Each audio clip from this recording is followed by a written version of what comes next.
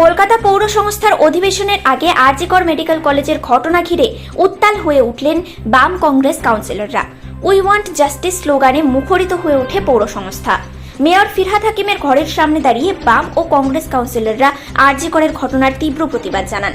তাদের দাবি দোষীদের কঠোর শাস্তি দিতে হবে এবং ন্যায় বিচার নিশ্চিত করতে হবে। অধিবেশনে বিজেপির কাউন্সিলর সজল ঘোষ এবং বিজয় ওঝাও প্ল্যাকার্ড হাতে নিয়ে বিক্ষোভে অংশ নেন। তাদের প্ল্যাকার্ডে ছিল আরজিকরের ঘটনার প্রতিবাদ এবং বিচার দাবির বার্তা। মেয়রের ঘরের সামনে এমন বিক্ষোভে পৌর সংস্থার পরিবেশ উত্তপ্ত হয়ে ওঠে। বাম, কংগ্রেস এবং বিজেপির এই যৌথ প্রতিবাদ সরকারের উপর চাপ বাড়াচ্ছে আরজিকরের ঘটনায় দ্রুত ও কার্যকর পদক্ষেপ নেওয়ার জন্য। এই বিক্ষোভ দেখাচ্ছে কলকাতার রাজনীতিতে আরজিকরের ঘটনা এক বড় ইস্যুতে পরিণত হয়েছে এবং ন্যায় বিচারের দাবি নিয়ে আন্দোলন ক্রমশ জোরদার হচ্ছে। Bureau report, news prime Times.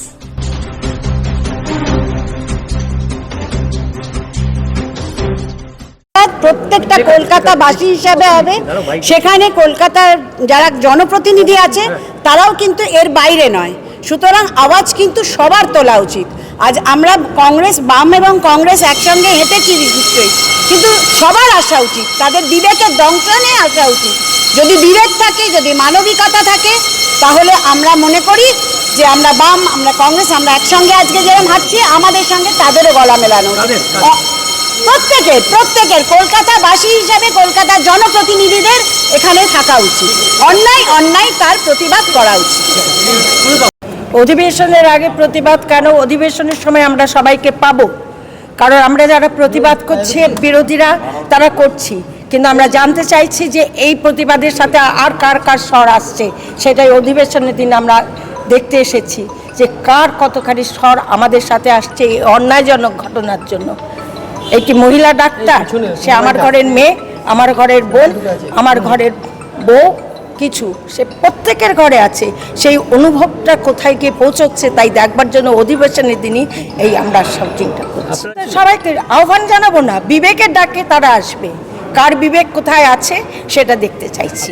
তো প্রস্তাব তুলবো না, কিন্তু প্ল্যাকার্ড নিয়ে আমরা ভেতরে ঢুকবো। আমার নাম মধুচন্দা দেব, 92 ওয়ার্ডের কাউন্সিলর, অ্যাকাউন্টস কমিটির চেয়ারপারসন।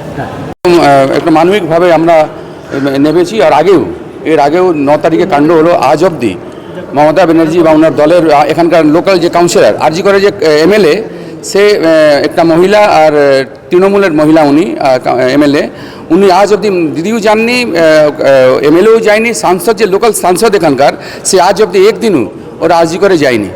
তো ওদের কি লক্ষ্য আমি জানি না, কিন্তু আমাদের তো লক্ষ্য কি যে আমরা ন্যায় বিচার চাই। সবাই যায়নি, শুধু টিএমসির গুন্ডারা গেছিলো, যে ওখানে যে ওই যে কোনোভাবে ওখানকার যা ছিল উইটনেসগুলো মিটিয়ে দিতে, সেসব মিটিয়েছে ওরা, ও গুন্ডা বাহিনীরা গেছিল। এখানে আমরা সব প্রেস পাচ্ছি, আর সবাইকে আমরা ওই যে যারা কাউন্সিলররা এসছে বা মেয়র আসবে, আরও যারা আসবে, তাদের কাছে একটা মেসেজ যাবে যে হ্যাঁ আমরা, ওরাও এই রাস্তায় উনি তো বলছেন, উনিও একদিন এই আন্দোলন করেছিলেন একদিন নিয়ে যে ফাঁসি চাই, তো ওনারাও এখানে বেরোন সবাই। আমরা সেই দাবিতেই আমরা যতদিন ন্যায় বিচার হচ্ছে না, আমরা সবাই কংগ্রেস, বাম যারা আছি, আমরা সবাই রাস্তায় থাকবো।